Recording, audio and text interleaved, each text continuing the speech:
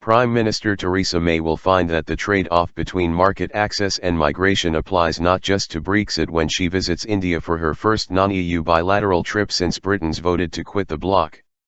Leading Brexiteers in May's government have locked onto India's $2 trillion economy and market of 1.3 billion people as a chance to diversify trade and cushion any blow that a hard exit from the EU market could inflict.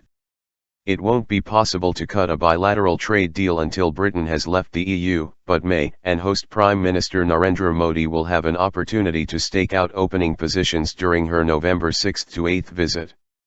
The process will not be easy. In addition to any eventual trade deal, India will want May to welcome more of its students and skilled workers, and that would require an unlikely U-turn from the tough line she has taken on immigration. Immigration is one of the things India is going to push for, said Dhruva Jaishankar, a foreign policy fellow at Brookings, India. But May is in a bit of a bind. If she gives in, the people who voted for Brexit will say, "What did we vote for?" Take students.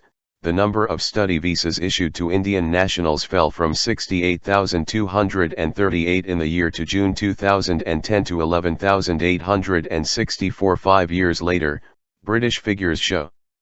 Over the same period, the number of visas Britain issued to Chinese students nearly doubled.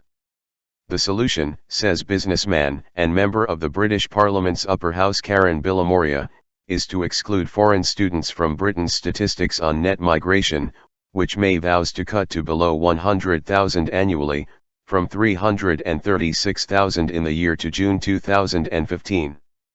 It just doesn't make economic sense to send out the wrong message to international students, and that's exactly what we are doing, said Bilamoria, the Chancellor of Birmingham University, who as a young migrant from India went into business and launched the Cobra beer brand.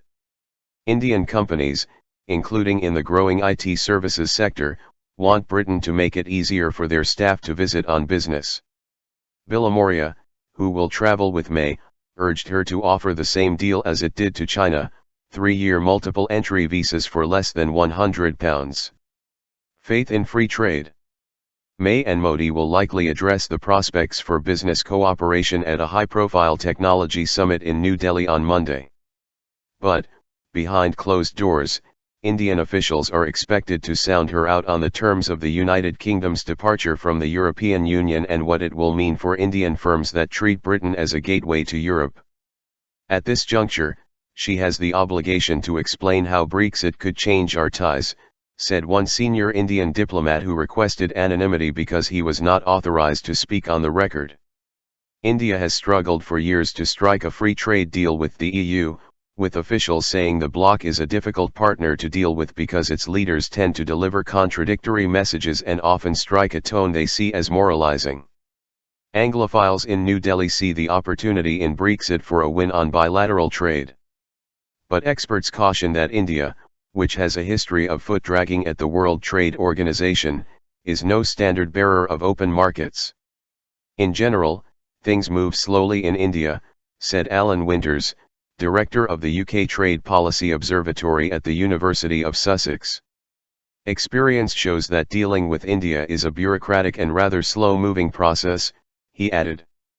Bilateral trade in goods and services has moved sideways in recent years, totaling £19 billion, $23.7 billion, in 2014, when Britain ran a deficit of £1.5 billion.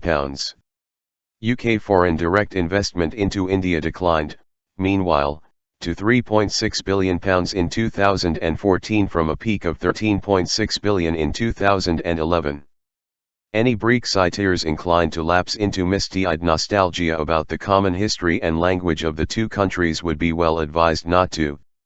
The Commonwealth that groups countries with historic ties to Britain has limited utility in the eyes of New Delhi, which considers itself a rising 21st-century power and is looking for support in addressing the threats it says it faces.